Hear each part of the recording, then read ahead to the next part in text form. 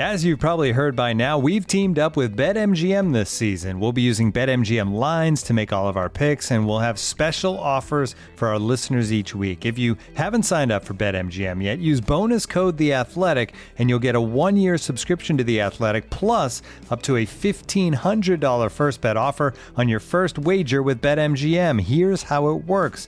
Download the BetMGM app and sign up using bonus code The Athletic.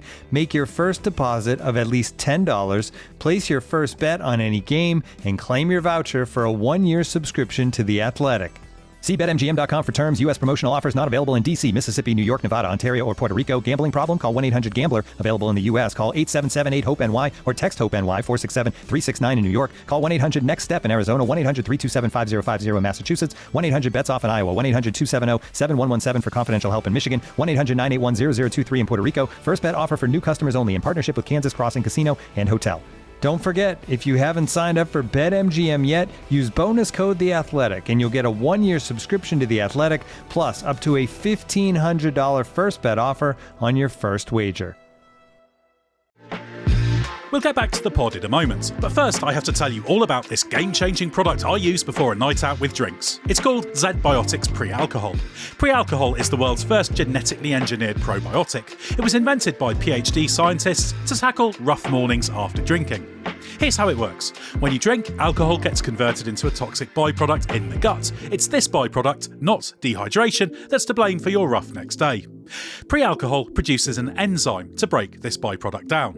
Just remember to make Z-Biotics your first drink of the night. Drink responsibly and you'll feel your best tomorrow. I won't lie, I was a bit on the fence about Z-Biotics initially, but I gave it a shot and I was impressed with the results. Vacations, weddings, birthdays and reunions, there's so much going on. Get the most out of your summer plans by stocking up on pre-alcohol now. Go to zbiotics.com/race to get 15% off your first order when you use RACE at checkout. Pre-alcohol is backed with 100% money-back guarantee, so if you're unsatisfied for any reason, they'll refund your money, no questions asked. Remember to head to zbiotics.com/race and use the code RACE at checkout for 15% off. Thank you, Z-Biotics, for sponsoring this episode and our good times. This episode is brought to you by Experian. Are you paying for subscriptions you don't use but can't find the time or energy to cancel them? Experian could cancel unwanted subscriptions for you, saving you an average of $270 per year and plenty of time. Download the Experian app. Results will vary. Not all subscriptions are eligible. Savings are not guaranteed. Paid membership with connected payment account required. The Athletic.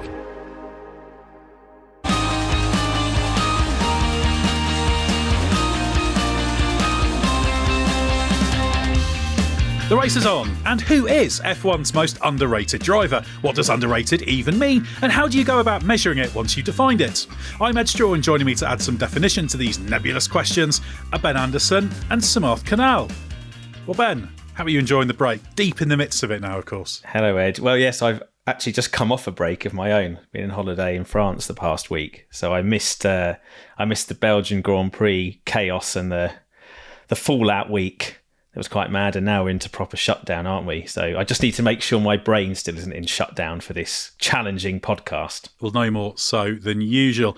And Samarth, welcome back to the podcast. How's your brain going? Oh, well, check you out, Ben, on holiday. God, some of us have been working this whole time. Yeah, my brain's on. It's firing on all cylinders right now, because I haven't been swanning around in... Where was it? France or Spain? France. Oh, well, I haven't been swanning around in France. No, sorry about that, Ben.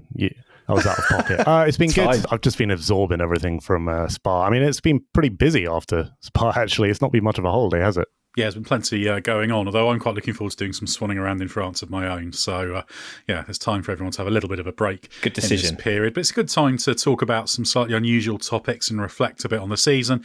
And we have got a slightly different kind of podcast here today, because this podcast is all about F1's most underrated drivers. It was inspired by a question posed in the fan census carried out by the race recently. We'll explain a bit more about that shortly, but I think it's important to get some kind of frame of reference for what we're talking about first. So, Samarth, it seems like we actually have a bit of a problem of definition here, because underrated is one of those words that gets tossed around a lot but isn't actually that well defined. So how do you interpret it?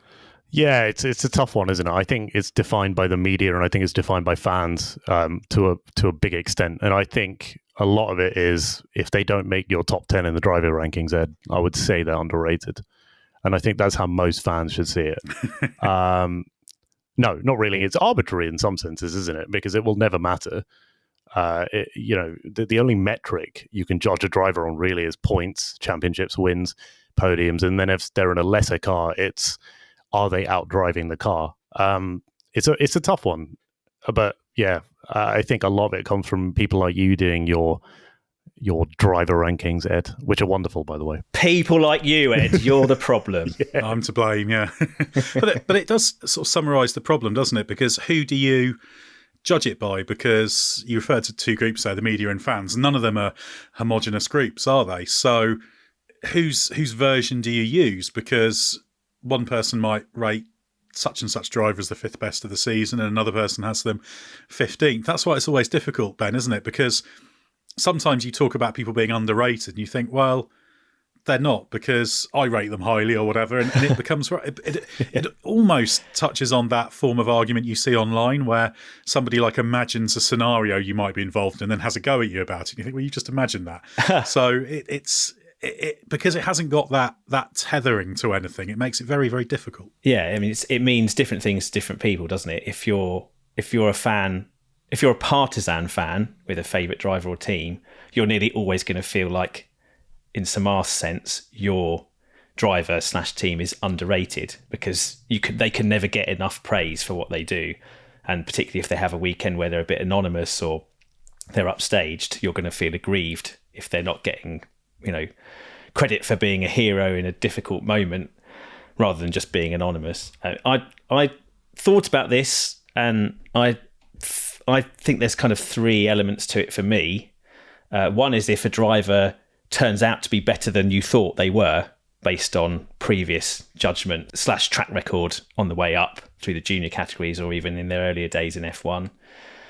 It can be that they're not getting... I think for me, a good example of that is Nico Rosberg, who I thought was very good, but I didn't quite think he was world champion material. I've had this conversation with him actually and said, actually, yeah, you were better than I thought and you kept progressing. Yeah. And I slightly underrated you. So I think from my career, Nico Rosberg is one that stands out as one I underrated who then achieved. You could argue he wasn't quite world championship material because it kind of got there through circumstances, but you can say that in a lot of cases. I think another element is whether someone's getting the credit for the work they're doing. So if they are genuinely flying under the radar, just in terms of your assessment of their driving ability or the performances they're putting in, that might go unrewarded by the obvious metrics that Samarth mentioned, like pole positions or wins or podiums or points, etc. And then I think there's another element to it too, that could just be whether they're actually getting the opportunities they merit in Formula One. If you get certain drivers who might be worthy of a certain level of drive on the grid, and for whatever reason somebody comes along that denies them that, or a certain management approach denies them that opportunity, so they can be underrated within F1 in terms of they don't get the opportunity to maybe achieve to the level that their potential suggests they might. Yeah, it's a good way of looking at it, because I think actually teams have got a bit better at this because they're much more scientific in their appraisal of drivers now in terms of the amount of analysis. Some teams are. And of course, sometimes driver choice is influenced by, ultimately, there might be one or two decision makers who make the final choice, and you can throw all the data and analysis you want at them, but they might still just go with their gut, as it were, and make that decision. But it is interesting. It's a good example of this from my career, and I wrote about it recently actually for the race. Formula E champion Pascal Wehrlein. So he very much had one of these fork in the road moments alongside Esteban Ocon when he was on the Mercedes junior program, and as you'll remember, Ed, from covering it too, Force India were basically given the choice of which one of those two they wanted to sign for 2017 alongside Nico Hulkenberg, and they chose Ocon, and it was purely based on how certain members of the team felt Ocon had integrated with the team when he'd done some exploratory testing. Both of them had testing opportunities as part of the Mercedes junior program, and they just felt that Wehrlein's attitude didn't delight them, did it, as well? Yeah, exactly. They just felt that personality-wise, Ocon was slightly more amenable to the team, a slightly better fit. Wehrlein was a bit too abrasive, And that was it. That was decision made. And then you see the career that Ocon's had versus the career Wehrlein had. But you would have said at that point they were roughly equivalent drivers in terms of ability and what they could do in the car. And in fact, the team said it was nothing really to do with who impressed more on the day or did a better lap time or what have you. It was purely the personality element and the fit with the team. So very much chimes with that, certain people with certain personality types of their own and preconceived ideas of who should be the right fit for a team can make or break a career. But it's an interesting point there, because I'd certainly agree Pascal Wehrlein's somebody who could have had a longer Grand Prix career and he's still having a successful career elsewhere. But at the same time, both Ocon and Wehrlein are very good Grand Prix drivers, but they're not superstar level ones. And that's the thing for me. I don't know how you feel about this, Samantha, but I tend to feel that there's that kind of middle ground, that middle pool of Grand Prix drivers where you can kind of swap a few drivers around and they can have similar careers, but it is those forks in the road that make the difference. But the really, really good all-round ones, the Verstappens, people like that, the Hamiltons, they tend not to suffer from that because they just brute force brilliance their way to these opportunities, either through what they're doing or their sheer potential, kind of Kimi Antonelli style. Yeah, and I think you can really tell the drivers who have those sheer moments of brilliance, and that's how they stand out. But going back to what Ben said, I think a big thing is how you communicate with the team, how you get what you can out of the car and going forward as well. You almost have to be a team leader, and part of that is communication, I'd say, and something that unites a lot of the world champions, especially in the modern day era, is what they've been doing within the team to kind of motivate people, but also get the most out of the car, get the upgrades they want, and get the setup changes they want. So it's not just what we see on the track. It's kind of like what happens behind the scenes where you can be a team leader. Because F1 is ultimately a team sport. No matter what people say, the driver can make the difference, in kind of in a vacuum and stuff. But the car itself is built by a team, it's set up by a team, and a driver needs to dictate that in a sense. And that's why you'll also see a kind of team leader come out of the fore and make their difference. It's such a big deal in F1, I think. And then there's also keeping people on side. I mean, you're going back to Ocon Wehrlein. I did rate Wehrlein quite highly. When he was in his junior career, I thought, this guy's got the makings of something good. Did you overrate him, Samar? Oh, very good. Actually, I did overrate him. I'll put my hands up and say that I did. And part of that can come down to your personality. I mean, there's a couple of drivers, Paul di Resta was one of them, where your future can hang in the balance if you don't kind of communicate that well with your team, and you have to make everyone rally around you. It's a really important facet. Having a good personality, just being a genuinely nice person. Or you have to be really, really mega in the car, don't you? There's a certain level. Ed was talking about the tiers of drivers. If you're an absolutely top tier elite driver, and Verstappen probably falls into this camp actually, you can afford to be quite abrasive and negative in your communication style because the sheer force of your talent makes up for that. You'll get the results if you're given the equipment. Therefore, you can take some liberties in the way you communicate. But if you're not at that level, and you're talking about a di Resta level driver, actually the way you communicate with the team and how you deal with people plays more of a role, because there are more drivers in your bracket that they can theoretically swap in for you if you just wind them up too much. Yeah, 100%. And it's like a stand-up comedian as well. You'll get your hecklers, and then the very well-known ones can be quite abrasive and hit back, but the ones probably at a dingy comedy club in Soho might not be able to have the same luxury. And I don't know why I made that analogy, but I thought it was quite fun. I was wondering if you were tapping into some troubling memories of your escapades on open mic nights on comedy evenings or something. I will say it's probably the way I'm holding the mic now. You can't see it, but I'm swinging it around and like flipping a coin. It's good fun. But going back to Verstappen, I'm sure behind the scenes he's quite personable, though. I mean, you can see now there's a lot of friction between him and GP. But behind the scenes, it also matters what you do in debriefs, what you do with the engineers. And I'm sure then that he definitely has excellent feedback and the stuff to carry the team forward. But it does help you, I think, if you're going to be brutally honest and direct, if you're delivering. Whereas sometimes you get drivers who aren't necessarily doing the job. And Max Verstappen obviously does the job pretty relentlessly, brilliantly. I mean, he still makes a few mistakes because they're humans doing something extremely difficult at the edge of performance. So even the absolute all-time greats make some mistakes. Senna did, Prost did, they all did. But if you're not delivering at that level, your credibility is reduced a bit more Because if you're annoyed and put out by what Max Verstappen says to you about what's going on, you might bristle a bit, but then you think, well, yeah, but he's really good, and he's kind of got a point.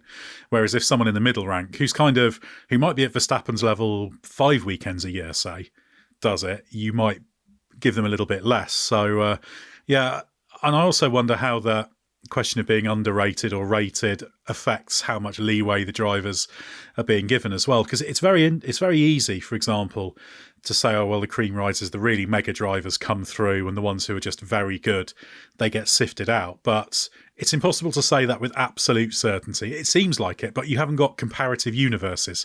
You can't put Max Verstappen through 100 different or 1,000 different or 1 million different career paths and see what happens compared to the other 19 drivers on the grid to see how they shake out. And there will be little differences, although I must admit I do tend towards thinking, yeah, someone like Verstappen is just so remarkable in what he does that he'll always rise to the top and always get that kind of leeway in terms of how you're treated. But yeah, coming back to the underrated thing, it is very, very difficult to say, because I also think that, and we'll get on to talking about individual drivers later, but I think that as a whole, Grand Prix drivers are sort of underrated by people, in that people will recognise how good the really good ones are.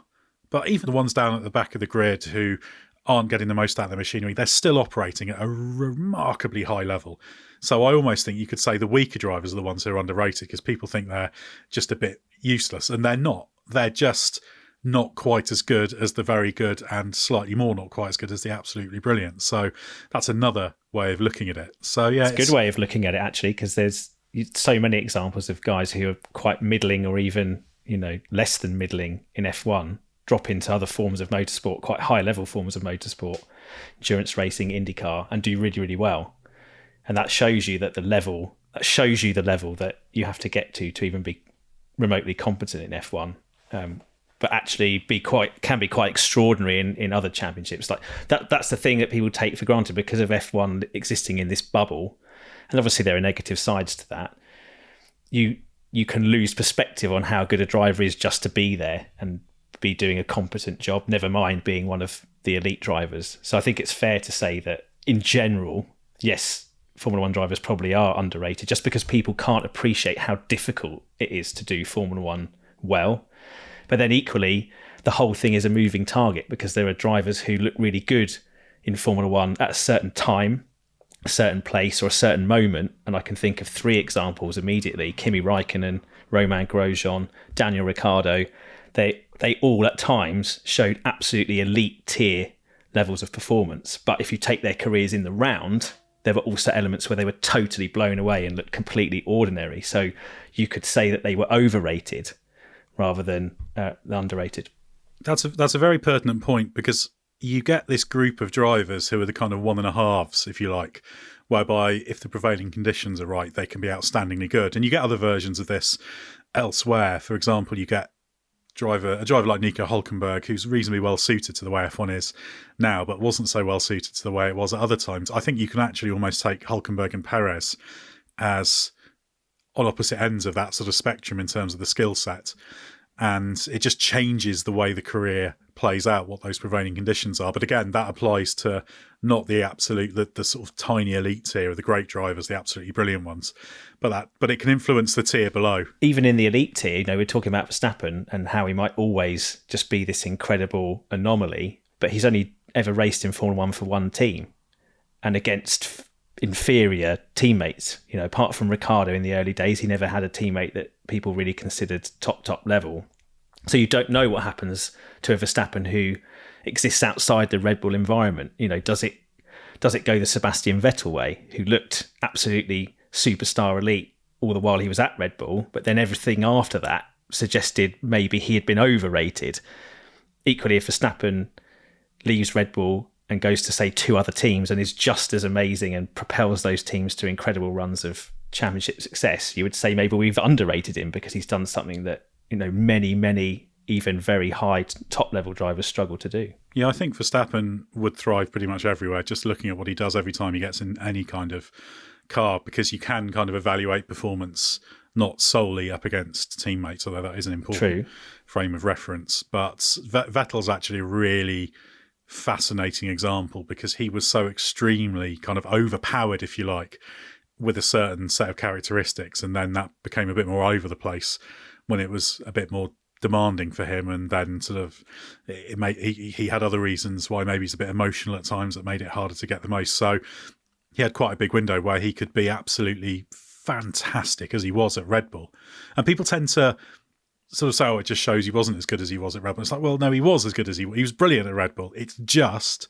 that he needed that prevailing set of circumstances. So yeah, that creates a very interesting frame of reference. And of course, when we're talking about these drivers as well, the frame of reference is the spread of Grand Prix drivers, isn't it? So that's why, to kind of counteract what I was arguing about them all being very, very good and underrated as a breed, once you're looking at the 20 drivers here in F1, then if you're the worst one, it doesn't matter how good you are. It's like if you're eighth in the 100-meter Olympics final, even though you're basically in the photo finish, you're still seen as a loser in that scenario. When actually you're the phenomenal. Olympic 100-meters final, wasn't it the fastest race ever? And the guy who finished 8th ran it in like under 9.9 seconds or something. Yeah, it was the fastest kind of full field, wasn't it? But he's still the fastest loser there ever was.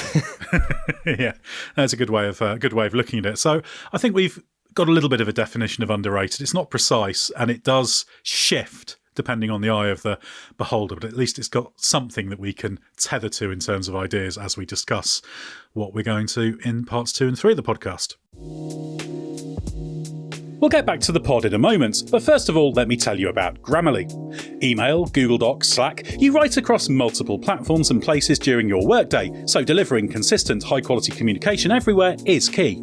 Grammarly is an AI writing partner that helps you get work done faster with high-quality writing for better projects, proposals, presentations, and more. Best of all, Grammarly works where you work, so you can get more done no matter what tools you use.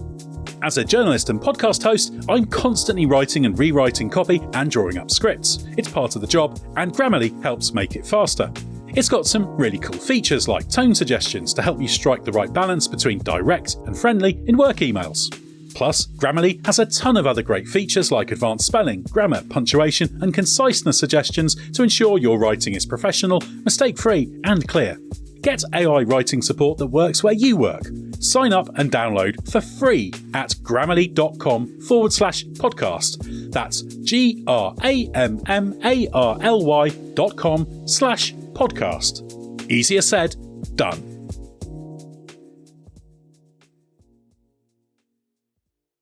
You know we love talking stats here at The Athletic. Here's one that's super simple to remember. Discover automatically doubles the cash back you've earned on your credit card at the end of your first year with Cash Back Match. That means with Discover, you could turn $150 cash back to $300. That's right, you could put it towards some memorabilia you've had your eye on or treat yourself to a premium sports network. You earn and Discover doubles. See terms at discover.com/creditcard. This episode is brought to you by our good friends at NFL Sunday Ticket on YouTube TV. I'm sure by now you've all gotten back into your Sunday routines, but they could be even better. With NFL Sunday Ticket and YouTube TV, you get the most live NFL games all in one place, every game, every Sunday, and you can even watch up to 4 different games at once. With Multiview, one of my favorite inventions of this decade. It's exactly what you need to catch all the action. Make your Sundays more magical. And also, YouTube TV is great. I got it this year. It's awesome.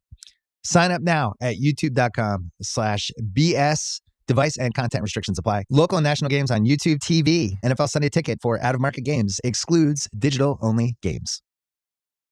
Right, well, let's get into the data that's been generated. As mentioned, we're taking this data from our fan census, which took place in June. One of the questions was simply, who is the most underrated driver in F1? And among the respondents, only 10 drivers notched up more than 1% of the vote. So those are the 10 that we're focusing on. So the drivers who didn't really move the needle are Max Verstappen, Sergio Perez, Lewis Hamilton, Charles Leclerc, Fernando Alonso, Lance Stroll, Kevin Magnussen, Logan Sargent, Daniel Ricciardo, and Zhou Guanyu. So Ben, before we get to the top 10, does the omission of any of those 10 I've just listed surprise you? Not really, I have to say, principally because most of them fall into the extreme ends of the spectrum in terms of either being absolutely established high achievers in certain categories, be it wins, championships, pole positions, general qualifying form, etc., or just not quite good enough and likely or about to fall off the grid. Maybe the only devil's advocate argument you could make here is for Stroll, because actually this season he's improved quite markedly versus Fernando Alonso so far. His qualifying deficit isn't quite so high. He went on a really good run of out qualifying Alonso's. Points tally is up to is actually bang on 50% of Alonso's this year so far, I think, compared to a third last year. And obviously Alonso is an absolute elite driver. You know, he's not someone you would question as being underrated.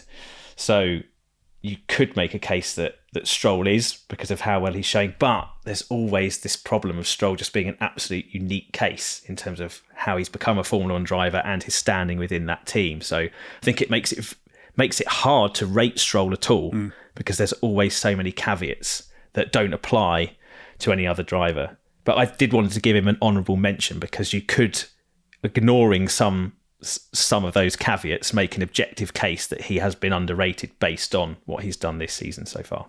I think actually you can make that general case about Stroll, because if you're looking at the prevailing discourse, is just that he's only there because of his dad, and he's not very good and he's rubbish. And it's like, well, yeah, he is only there because of his dad, but he is still a very competent, very decent, workable F1 driver. So yeah, I actually think Stroll's quite a good case in that. So Marth, any of these 10 names who didn't make the top 10 leaping out at you? I think recency bias is a big thing here, and I think Sergio Perez has really struggled. But that's not to say that we should write off the rest of his career just because he's had a couple of seasons where he's struggled massively. I mean, he's had some excellent performances at F1. I think he even could have won a race with Sauber, I think, if I can throw back correctly on that. Yeah, I think it was excellent. And he's always been a reliable point scorer. I think he has been caught up in the ground effect era. I mean, it's coming back to F1 just keeps changing. I mean, these eras keep, especially if we keep changing the rules, they keep catching drivers out. But I think Perez has been a bloody solid F1 driver for his whole career. I mean, I just think recency bias is showing there, obviously. Well, it's a good question, because he's actually one of the most difficult ones in terms of where you think he's rated, if you like. Because I've always held Perez in quite high esteem.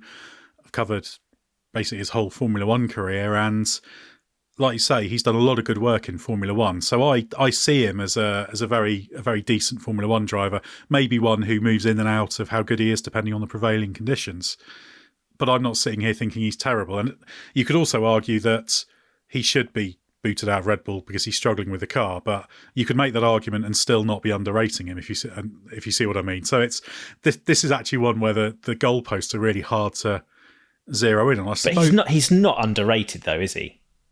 He's not much better than we give him credit for. If anything, we've overrated him. Well, it depends. Thinking probably based on his Force India career, he would have been quite a strong asset to a top team. But has he really taken the step that says he belongs in the top seats on the grid? Probably not, but it's debatable. Yeah, he's had his chance in a sense. And when he got picked up by Red Bull, many people were like, well, that is the sign that he has perhaps been overrated. Yeah. Because a lot of people didn't think he earned that seat to Red Bull. I thought he did, but he struggled massively. So yeah, you're right. I mean, you can't class him as underrated, but it's the same with Daniel Ricciardo. Yeah, well, it all depends on where you're taking your rating from, because I'm sure if it's all through social media, there'll be endless people saying he's a complete disaster, can't drive, completely incompetent, which obviously he isn't. So if that's the prevailing argument, then he is underrated. But you might get the same sort of thing for Daniel Ricciardo, where people don't get what the fuss is about him. And he was brilliant at times, 2014, 2016. Very strong case that he was the best performer on the grid in those 2 seasons, and been very good in other seasons as well. So yeah, it's really hard to judge. I just think it's easier to overrate a driver than underrate them, especially if they've had big opportunities. So like Ricciardo and Perez fall into that category for me, most definitely, because they've had the chance and it hasn't worked out, or they've been found out. You could say the same about Raikkonen, who was really good, won a world championship, fortunate circumstances, but then, went up against Alonso in the same team and was nowhere near as good. Same thing for Vettel up against Leclerc. So they can be overrated, I think, quite easily. Whereas someone like Magnussen in that bracket of drivers, now he's someone who's flirted with top teams in terms of, being on the McLaren junior program and then having a quite strong rookie season up alongside Button, getting booted out the team so that Alonso could come back in. And then he's never really quite had any. He's had a few chances, but he's always been at teams at maybe the wrong time, or when he was at Renault, they were. It's hard to believe, but they were probably as big a mess or bigger mess than they are now, and it wasn't really the best place to be trying to make your way. So has Magnussen? Some people would say, Magnussen had a fair shot and just wasn't quite good enough, but others you could say, well, he never really quite got the crack at it he deserved. Was unlucky to get ousted from McLaren, and his career's never recovered. So you could underrate Magnussen purely on this third element of criteria I was saying, of him not quite getting the opportunities that his raw talent when he was younger merited. Yeah, and I think you're right that it's probably no coincidence that in that underrated list there's a lot of drivers who have either been at the front and won races and we've seen what they can do, or drivers who have floundered somewhat down the back of the grid. And you could say Magnussen, Sargent, Joe, 3 drivers who are probably heading out of F1. But again, I think you can make a case for all of them being a bit underrated on my previous basis. We have actually as well asked our followers on social media to weigh in on this sort of thing. Based on what we were talking about with Lance Stroll, Finn Roswell, he was reacting to people talking about Nico Hulkenberg, who we'll get to later, who says, I'd say based on these replies, Hulk can't be underrated. Lance Stroll, meanwhile, is overhated. Hey. And we've also got Rob Maybe, who said, a borderline insane answer, but Max Verstappen is underrated right now. If you look at the driver of the day votes and F1 driver ranking lists, I'm sceptical if the RBR is even the fastest car anymore, and Bro is still putting in ridiculous drives week after week. I certainly wouldn't go anywhere near the driver of the day votes, to be honest, because of the way that's voted for. Driver ranking lists puzzles me.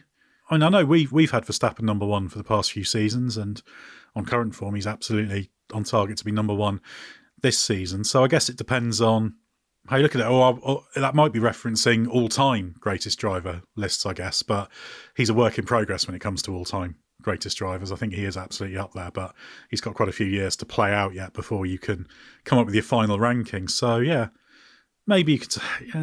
I find it difficult to think Max Verstappen's underrated because surely everyone realises he's absolutely outstanding, don't they? I would hope so. I think it's a good point by Rob, though. Again, it would I'd feel a tendency that people might think he's overrated, because you might say, it's all about the Red Bull, blah, blah. Maybe that's what this comment's referring to, because Red Bull is starting to be found out in the development race and under these regulations, and he's still up there, and the gap between him and the second car is growing.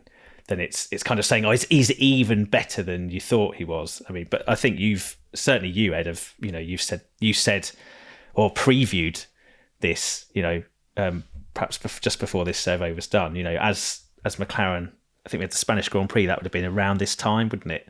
And McLaren were right on the case, and already you were seeing that Red Bull were having to, and Verstappen in particular, having to execute to like the nth degree to remain ahead.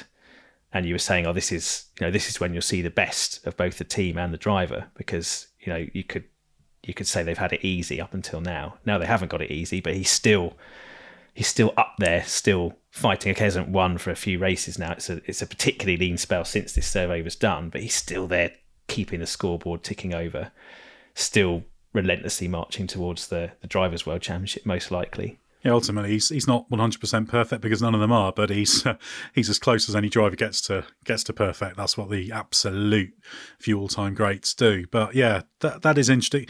The whole argument about the car I find rather tedious generally, because it gets used against drivers ridiculously, and that can go both ways. Someone says, this driver's within a rubbish car and he doesn't finish in the top 10 very often. It's like, well, yeah, because it's a rubbish car, but he can drive really well and finish 12th. Or you get a driver who's winning a lot and it's made to look easy. But we see this constantly throughout history. How many times drivers get into championship winning cars and flounder? Sergio Perez is doing that right now. Valtteri Bottas obviously couldn't do it in the Mercedes. Heinz-Harald Frentzen at Williams in 1997. I can throw endless ideas. Mark Webber latterly. 2010 he had a good chance. McLaren in 2008. The history's legion. And these are very, very, very good drivers who have rightly, massively celebrated. So, that's the way I see that anyway. Right, let's look at positions 10 to 6 now. We'll quickly go through the bottom half of the top 10. So in 10th, we have Lando Norris on 2% of the vote. 9th, Esteban Ocon with 3%. 8th, George Russell with 4%. Pierre Gasly with 6%. And 6th is... Welcome to Valtteri Bottas Sympathy Corner. Hey. Yes, Valtteri Bottas. I think being the 6th most underrated driver in F1 counts as a good reason to visit Valtteri Bottas Sympathy Corner very recently. So that's position 6 to 10 in the vote in terms of most underrated driver. Samarth, what catches your eye among the bottom half of the top 10? That George Russell's there, to be honest. I mean, could you say he's an underrated or overrated driver? Or I think people pitch him right where he should be as a excellent junior career. That has kind of coincided with Mercedes' downfall. I don't think, I say downfall, that's a very harsh word. Mercedes kind of blipped. I think downfall was fair. You know, they were rubbish for ages. Yeah, they weren't great. Well, they're having a subsequent upfall now. Yeah, they are. Is a downfall for good? They've fallen upwards. So yeah, George Russell's an interesting one. I think a lot of people don't quite recall how good his junior career was, which is surprising to me. And why he was picked for Mercedes in the first place. And then he's put in some stellar performances as well. Lando Norris 2% there as well. I mean, how much do you read into that 2%? That's the question. Is 2% a considerable amount, or is it just, can you brush it off as a lot of people got 2% and 1% votes? Yeah, well, he's down towards that sort of in the noise element of the data at the bottom. Also, this is closer to if this would have been just post Miami, right? Exactly. So he's got the one win and all the other stories of near misses or choking or what have you. So you could make a generous argument that he's been underrated based on that. You know, that he's actually better than those results suggested. But I don't think Norris belongs on a list of underrated drivers, even at this sort of time the survey was done. It depends, because there are quite a few people now say, oh, the McLaren's good and he's showing he's terrible and a disaster, and although he has won a race, he's still Lando no wins in spirit and all this kind of thing. Oh, he can't do starts, he can't do first corners. Now, certainly Norris over this run of races has been far from perfect. By his own admission, there are things he needs to improve. But this is the process you do when you jump to the front. There's that little sharpening process, and you'll either sharpen and sort that out, or it'll go on. And we've got to let that play out, I think. But I think people seeing someone jumping into, for the first time, a front-running car and just making, by which I mean a genuine race-winning car, one that could have won multiple races over the past half dozen or so, you've got to give them a little bit of time just to get used to it and iron out those kinks. You know, if we're still here in a year's time or 18 months' time and it's still happening, then you have to say, right, this looks like a hard-wired problem that he's never going to get on top of. But this is the process, and they all go through it. Max Verstappen went through it in 2018, and the question was, well, he was being rash and, you know, threw away Chinese Grand Prix victory by being impatient and, you know, made a series of mistakes. And it's like, well, either he sorts it out and he'll become brilliant, or he keeps doing this and he becomes a kind of high-class Pastor Maldonado was one of the things he was referenced as at that time, and he's gone the right way. And I suspect Norris will refine that, because Norris is very refined in a lot of areas, but he's clearly having to get used to it. So that's why you could make the case for underrated for him. Yeah, I think you could make a case for Russell. I think I could make a case for myself underrating him a bit, because I think around this time, you know, had the Canadian Grand Prix, we were questioning ourselves on this podcast whether he had all the ingredients necessary to lead Mercedes, and then he sort of kicked on, you know, got the wins, showed in Spa as well, you know, that sort of deft touch on the tyres that we wondered if he was fundamentally lacking. So I think it's fair to make a case that Russell might be, you know, I had Russell in a kind of second group in terms of tiers of drivers, but he might be knocking on the door of the top tier, where I'd probably put Norris now. I don't really think Bottas is underrated. It surprises me that he's so high up. Is that just because of the sympathy corner, and also because he's been in the, you know, he's just been in a miserable car? I think there's, you could certainly say the car isn't befitting a driver of his quality, but he's had a chance with a top team. He did very well, but wasn't at Lewis Hamilton's level. He certainly wasn't as close to him as George Russell has been, I don't think. So we know what we're getting. Bottas is a really competent, fast driver with some weaknesses in racecraft, who absolutely deserves to be on the grid, leading a midfield team or being the second driver in a big team. But I don't really see him as being underrated and better than that. Well, I'd also argue that I don't think he's significantly outdriven the car. I think in race pace, he's been decent. I know it's a difficult car to drive, but yeah, he's not put in a stint where you think, wow, he's outdriving that Sauber. I bet he wishes it was an Alpha. Yeah. I think it all depends on which narrative you subscribe to, because some people say, well, he had his chance in a top team, he failed, he's useless, he's washed, he should get out of F1, etc., etc., etc., in which case he's underrated. But if you look at the slightly more reasoned view that he's a good, experienced, established pro who, isn't quite in the top tier, but he was able to outqualify Lewis Hamilton a third of the time, I think then he isn't underrated. So again, it's what are you rating against? And the same with George Russell. Are you rating him? Are you taking as the basis that he's rated as a certain future world champion?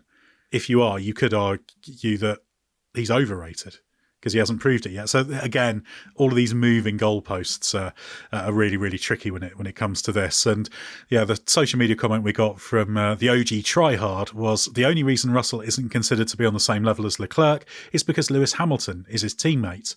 And that's a perfectly decent point. And I suspect people have partly forgotten how good Lewis Hamilton is, which sounds ridiculous to say, and also maybe underestimates how affected he was by the struggles. And we know that Hamilton, when he's in the right place and he's happy with things, he will access his A game, which he's now starting to do. So even when he's at his A game, Russell can be with him. So that's an interesting perspective. Ryan Reynolds here from Mint Mobile. With the price of just about everything going up during inflation, we thought we'd bring our prices down. So to help us, we brought in a reverse auctioneer, which is apparently a thing.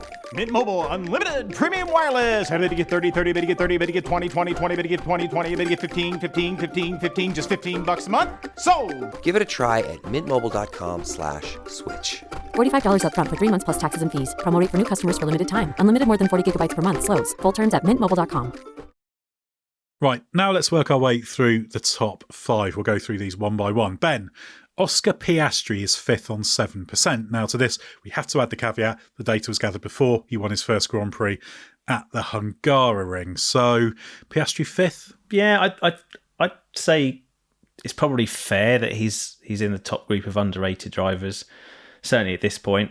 I thought you could see the signs of him giving Norris a really hard time last year, but even this year, when Norris got priority on the car specs and they bought the upgrade to Miami, I thought Piastri was outstanding there.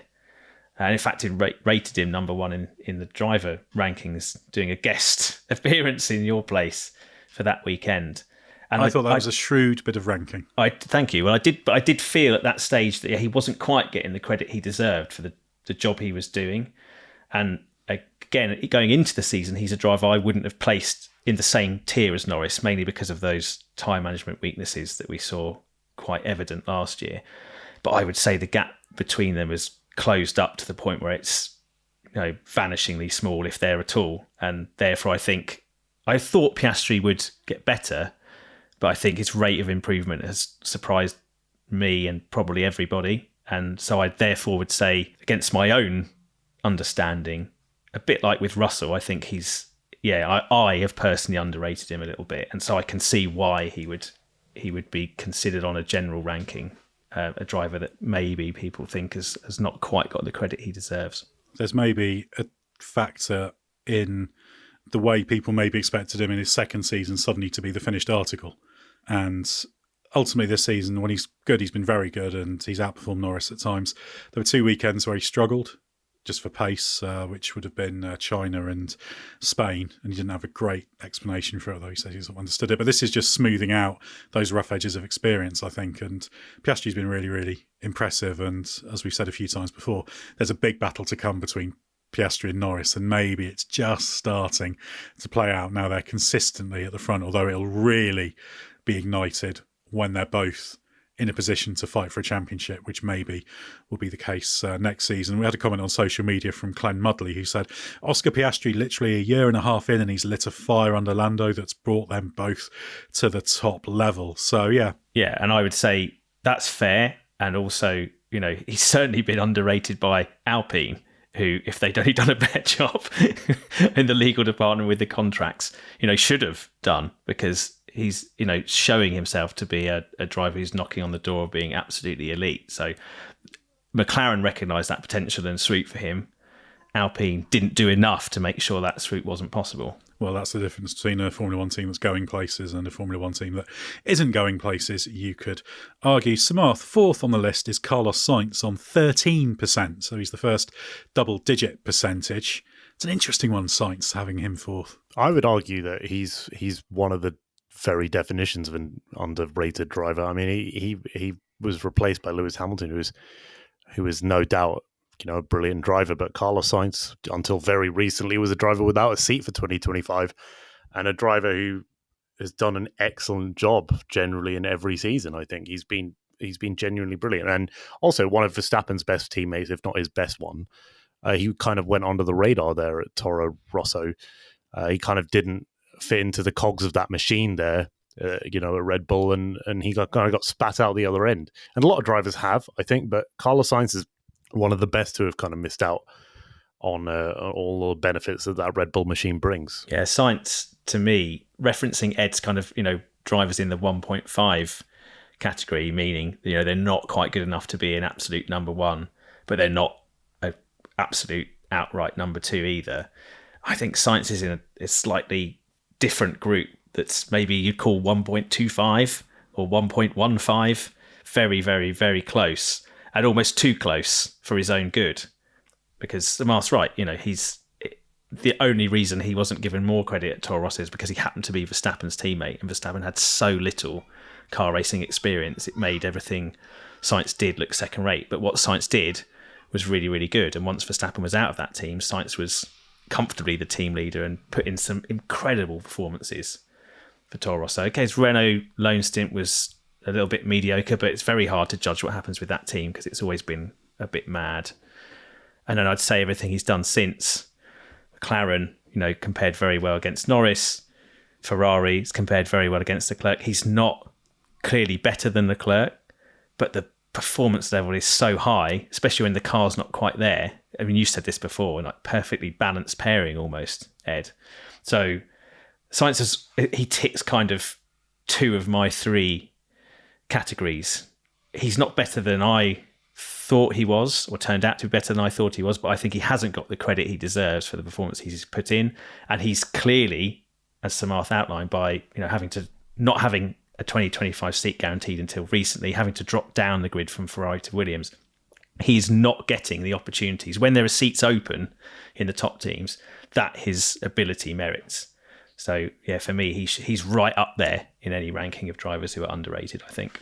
To play devil's advocate, we sometimes get criticism that we're too favourable to Sainz and that we're just big Sainz fans and always talk him up even when he doesn't deserve it. And yeah, and that's our position. So we overrate him. And I always find that difficult because if you look at Sainz up against Leclerc's an outstandingly quick driver. Sainz isn't quite as quick on a single lap as Leclerc, but he's pretty close. And he offers a lot of other things. So I just think Sainz is a very, very good all-round driver. I'd agree that maybe he's someone who might need a slightly fair win to win a world championship, but only a slightly fair win because he's shown he can win races. He's shown he can run at the front. And the fact that he was the driver that so many teams were bending over backwards to get this year tells you that teams rate him. The fact that he's not in the other top teams is a really weird confluence of circumstances in that Ferrari could get Hamilton, so it was always going to be Sainz who lost out. Red Bull just didn't want to talk to him for fear of destabilising Max, who would be a bit concerned about him as a teammate. You had McLaren that was locked in. You've got Mercedes who have got Russell locked in and are really excited about Antonelli, plus have the Verstappen dream. You've got Aston Martin that had Alonso locked in, plus had Lance Stroll, who's in the second seat, who wouldn't be without his connection. So you look at the top five teams and there's reasons why all those doors are shut that are not based on Carlos Sainz is no good. Now, if Carlos Sainz was seen as an absolute... Well, one of them is based on him being too good, isn't it? Well, yeah, exactly. Logic just seems to be, actually, he'd just make Max's life a little bit too uncomfortable. And the counter argument you can make is obviously, well, if he was a Verstappen level, Hamilton level, Leclerc level driver in terms of how he's regarded, he'd wander into Mercedes. But we're not saying he's kind of the absolute best driver in Formula One. We're saying he's right up there as one of the best and can hang with the best. And I would say he's a brilliant second driver to have in a top team, insofar as he's not really a second driver. He's far more than that. So, yeah, again, it depends which narrative you subscribe to. I guess let's get on to the podium now, because Nico Hulkenberg hasn't made the real podium, but he is in the top 3 on this. He's on 14% in those answering the question, who's the most underrated F1 driver. So what do you make of that? Yeah, fair. I think he's right up there too in the underrated grouping. I think, we always thought that he had this in him. And I remember saying when, he made his comeback, or was due to make his comeback with Haas, that I felt like this iteration of Formula One would suit him, because it was moving away from the ultra high tyre management, go slow era into much more, push as hard as you can in a tricky car that's difficult to balance on a knife edge.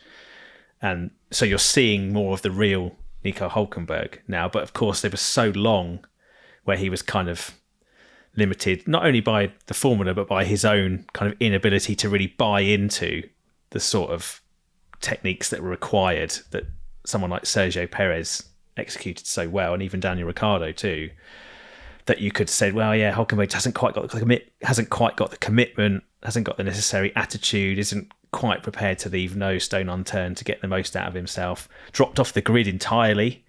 So you would say, no one was saying, I don't think anyone was saying really, oh, Hulkenberg, what a big loss that is. At that point in time, it was like he's had a decent career.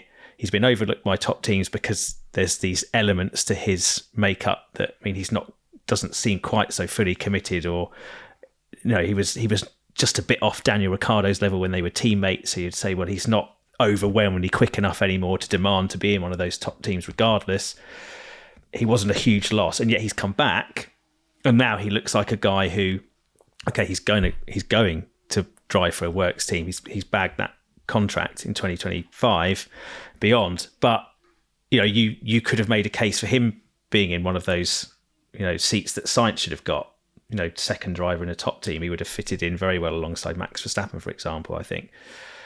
And you wouldn't necessarily have expected him to come back into Formula One and be so good in the Haas that he's in that kind of conversation. So I would say yes, based on his current 2.0 Nico Hulkenberg F1 career, he has been underrated, even though he was a very highly rated driver coming up. So I think he benefits from being massively hyped, having a slightly underwhelming first F1 career versus what people expected of him in the junior categories, and then being able to come back and absolutely make the most of that opportunity in a difficult iteration of Formula One that really suits what he's about.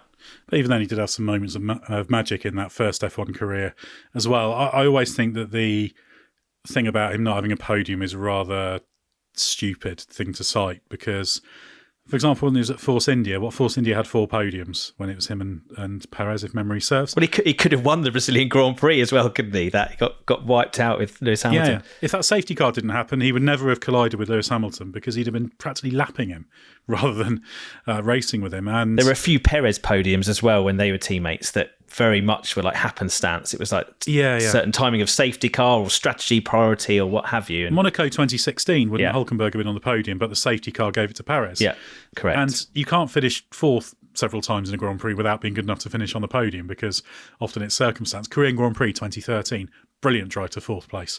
So again, I think with Hulkenberg, it does depend again on who you're talking to, but I guess the fact that he's done so well in this vote shows that when he's in a car, when he can show what he can do, people perhaps think, oh, maybe I did underrate him. Perhaps that's what people are voting for him for, thinking, oh, actually, do you know what?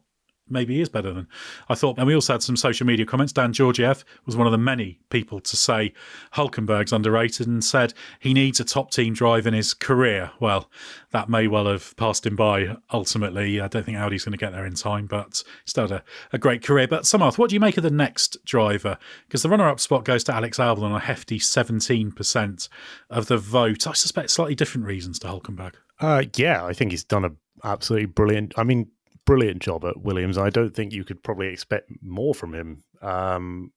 Unless you wanted him to finish on the podium or something crazy like that. I think he's been absolutely brilliant.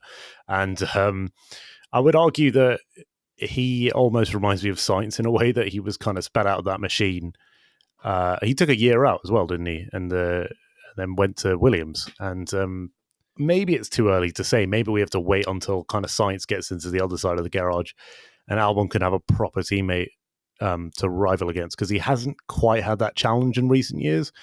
If you're going to judge him on the way he's kind of wiped the floor with his last couple of teammates. But yeah, Albon's been excellent, most weeks for Williams. And what's funny is it reminded me of Daniel Kvyat, actually, who gave Albon a good run for his money back in the day, I thought. And he could be classed as one of those underrated drivers from history. I think he's got a bit of a reputation about him, but I think it's a bit unfair. So yeah, anyway, going back to Albon, I think, he's done an excellent job. And I would consider him to be underrated just because of where he is. I think in some senses you could say he's been passed up for a driver at a faster team, but he deserves it. He's been excellent. You could say Albon's been kind of underrated through his career, because obviously he was on the Red Bull books and then they dropped him. And then they went back fishing for him again when they they needed him to dig them out of a hole in their F1 lineup. Then he was really impressive. Got the shot in the main team, was underwhelming, but maybe not given enough time. So then you would have said, oh, he's overrated because he's got the shot and hasn't made the most of it. And then he's gone to Williams, rebuilt himself, and looked like an underrated driver in the sense that, yes, actually he's led that team really well and has become, in recent seasons, a top 10 ranked driver.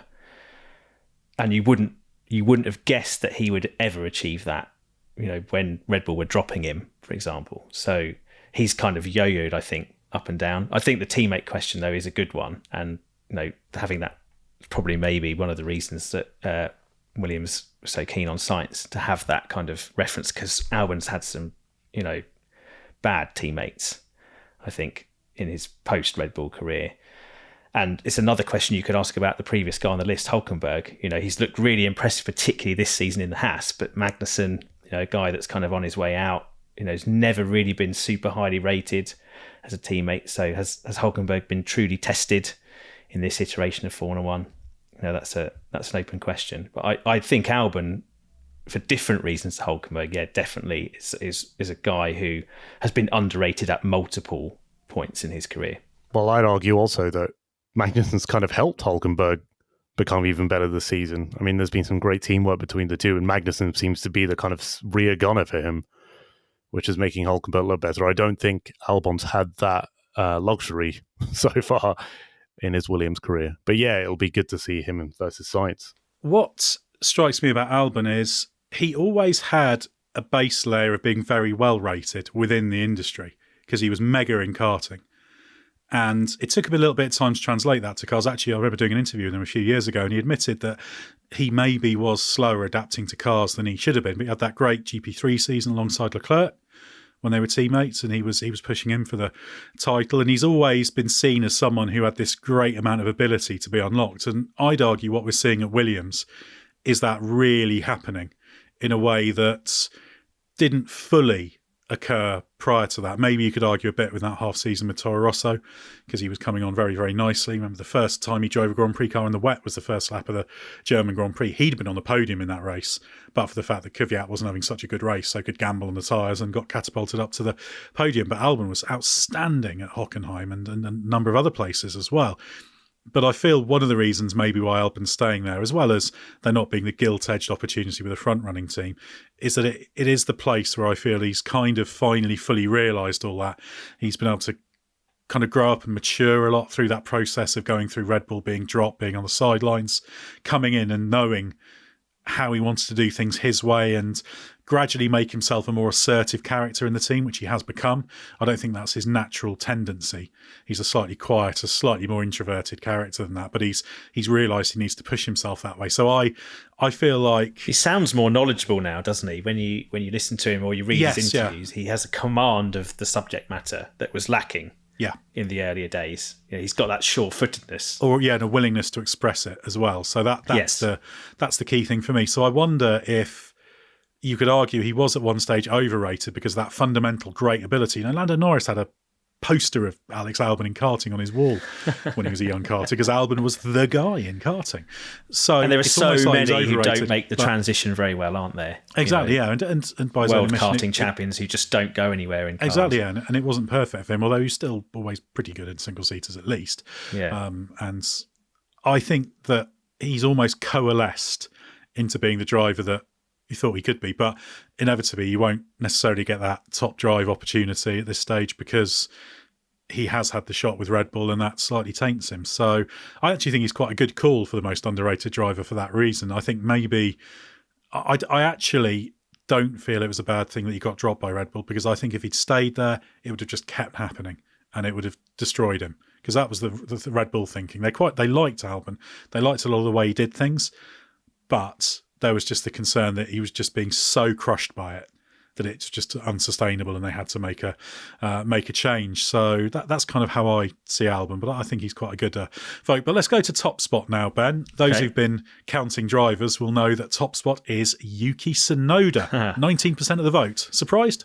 No, I'm not surprised by this. And this comes down to the third of my aspects of the categorisation of underrated, which is not getting the opportunities that your results / ability / performances merit. And this will be very much with this vote would have been taken very much with Red Bull's kind of chaotic driver management in mind. And there's the fact that he's had his option taken up for 2025 shows there is some obvious faith there. But it's been quite clear for a long time, and this narrative we've peddled as well, that he, for whatever reason, is not considered automatically worthy of a shot in Red Bull's top team. But he has been Red Bull driver pool's second best driver this season.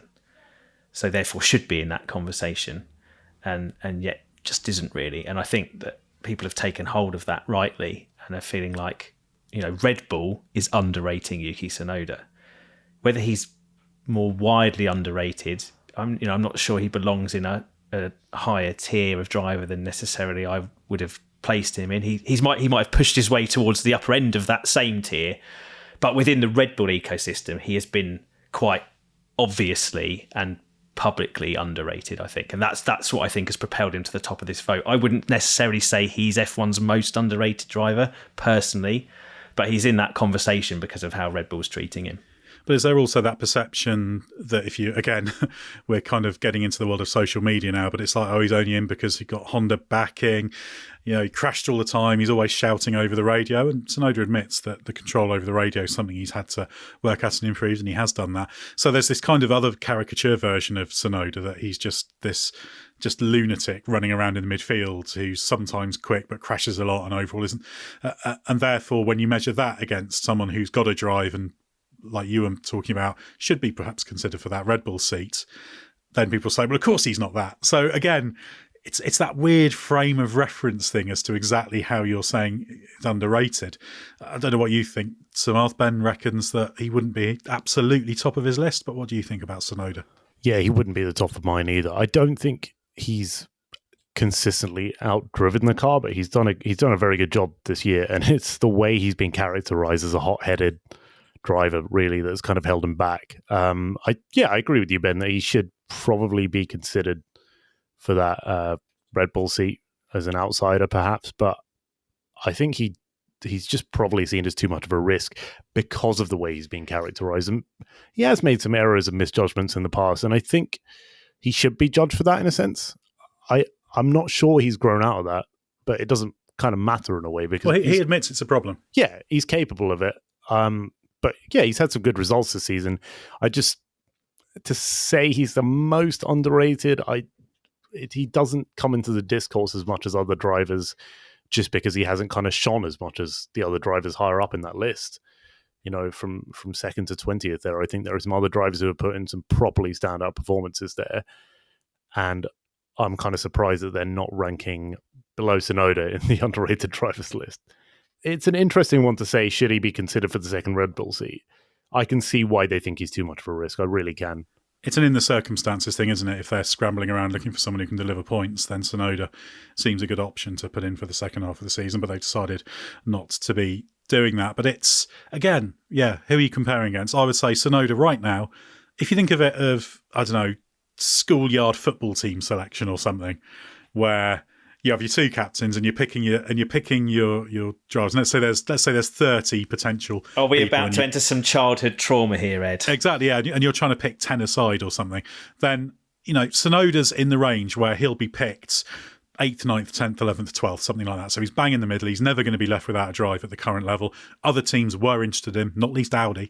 So he's established firmly as a guy who can do a job in Formula One. So that's kind of where I see him of his rating. And in Red Bull's circumstances, he's certainly somebody they could look at to chuck into the car. But yeah, are you rating him against that? Are you rating him against people who think he's a liability and terrible? Are you underrating him against people who are thinking he's brilliant, which is probably quite hard to do? But, again, that's the real question for me, because people's perception of Tsunoda will vary wildly, I'd have thought. Yeah, also he's, been very lucky by his own admission at one stage to even keep his current seat.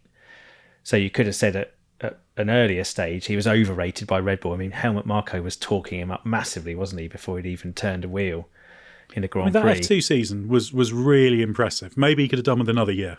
That's perhaps the case. But there was this hype. Progression. There was this huge Marko hype, which I think got to him. And then he was underwhelming. Then he said, actually, I'm surprised even. Was it the end of that year or the following year where his quote was that he was surprised that Red Bull had renewed his contract? And he thought, he said that when he got his first renewal. But I remember interviewing at Monaco in that first year.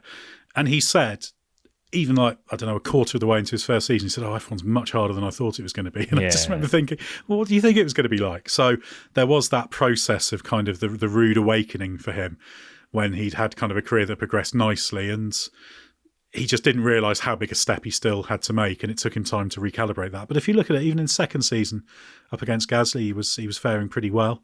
And then this year, he's some very consistent performances in the first part of the year. It's actually got a little bit more erratic the past few weekends. Spa was an exception because he had that power unit penalty, but he's become a fairly dependable performer, I think you could say.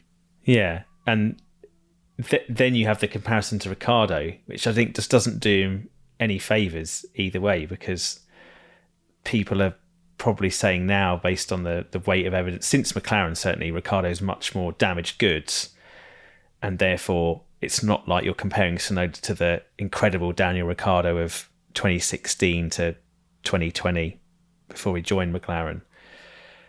You're comparing him to the one that got obliterated by Lando Norris, and then the one that's broken his hand and not quite made the comeback work. And Tsunoda, if he smashes Ricciardo like he seemed to be doing at the start of the season, it's like, we are just beating, a sort of washed up version of Daniel Ricciardo.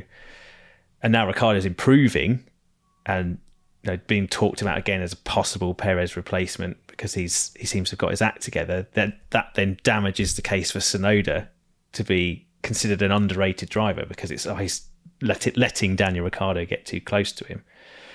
So it's difficult for Tsunoda until he kind of breaks out of that and has a different frame of reference, I suppose. But I still maintain that in terms of opportunities that he merits, Red Bull are guilty of underestimating him, I think. And so I can see why he's on the list. But yeah, again, I think he's probably a bit too high because he doesn't tick enough of the other boxes. Let's just take a quick visit to the social media commentary. Ivan Jovanovic said Albon. He's putting that Williams tractor in Q2 all the time. And also, people were offering a counterpoint sometimes as well. So Vernie Bob on Instagram said underrated Albon, overrated Leclerc. And Paris Rene says, for sure, Yuki Tsunoda. And that's not to say he's the greatest, but I think people don't really give him the props for the standard that his driving is at. And that's quite a good summary of the Tsunoda case actually there. But yeah, overrated Leclerc, that's an interesting one. But I think overrated is a discussion for another day. But Leclerc, actually, I don't think is overrated. I think certain qualities of his game are underrated even. Very, very good in race stints, actually, contrary to... He's not just... when we talk about how brilliant he is over a single lap, but yeah, very, very good race driver as well. Right, back to what we're actually meant to be talking about. We're going to finish off by each giving our choice of most underrated. Now, I want no equivocation here. We're each going to pick one name and give a short, sharp justification. First up, it's you, Ben. It's Carlos Sainz for me. And the main justification is because he by rights should have a better seat higher up the grid than he's been able to secure, and not for reasons of his own doing. Samarth, who have you gone for? It's well annoying, Ben. I was going to say Carlos Sainz as well. I can't. It's so unfair. Maybe I'm the underrated one. Maybe it was me all along. I'm also going to say that Carlos Sainz is going to emerge as one of the more underrated drivers in the future. When he's at Williams, he's going to probably fade into a bit more obscurity, given that Kimi Antonelli, Behrman are going to shine as rookies, or at least make some headlines. So yeah, I'm going to go for Sainz as well. Sorry, Ben. Well, talking of Ben stealing thunder, actually, I'm coming back to what I was talking about much earlier in this podcast, which is the question of the lesser drivers being underrated given how good they are. So actually, the one I decided to go for was Lance Stroll, who I've been critical of at times. But while you can certainly make the case that he doesn't merit the Aston Martin seat, he's still a very capable driver who in real terms is operating at a very high level. He isn't a superstar, but on his day, he's very, very good. He's quick. He can produce decent race drives. I don't think he produces many of your 10 out of 10 weekends, but he can, just sort of rumble along with lots of nice 7 out of 10 performances, and he's perfectly capable. And I've chosen that really because I do think that point about underrating the lesser drivers, if you want to put it that way, is a very, very key point I want to put across. And I could have picked Logan Sargent, I could have picked Zhou Guanyu, any of these guys who are massively overlooked and just seen as a complete waste of space. They're still very, very good. Okay, they're not necessarily one of the 20 best drivers in the world, if you want to say F1's the 20 best drivers in the world, and I wouldn't argue it's wall-to-wall the 20 best drivers in the world, although it has got a lot of them. But yeah, that's kind of the thing I wanted to seize on with Lance Stroll. But yeah, Ben, you've stolen the thunder by preempting it. So you've ruined the final part of the podcast. Sorry. Oh, sorry, Ed. Well, but would you put, if you were drawing up your fantasy list of 20 drivers for 20 seats, if you were F1 team boss overlord and you weren't just looking to employ 2, but you were looking to employ 20, would Stroll be in that 20? Probably not. No. But interesting. If I was in a situation where I had to have him, I wouldn't be thinking, "Oh, this is Giovanni Lavaggi or something," to reach into the Bring Back V10s archive.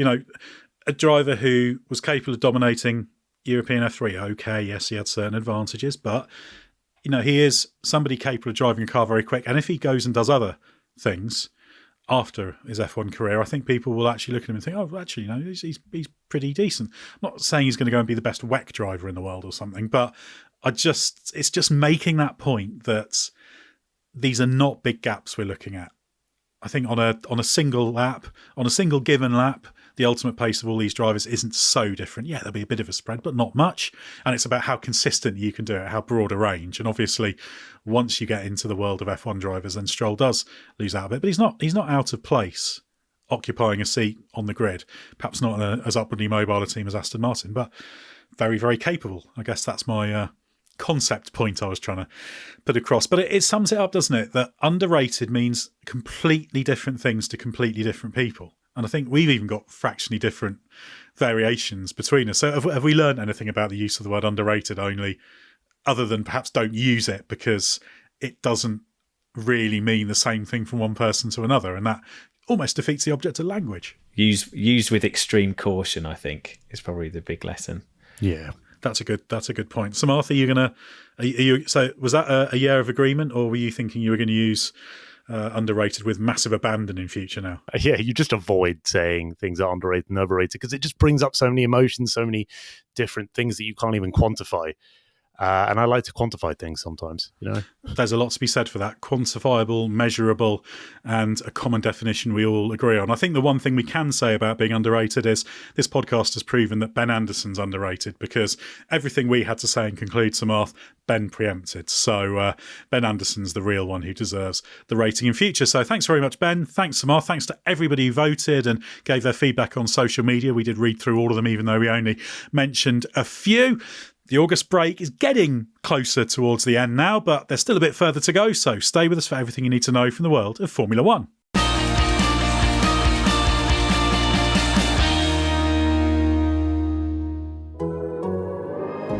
The Athletic.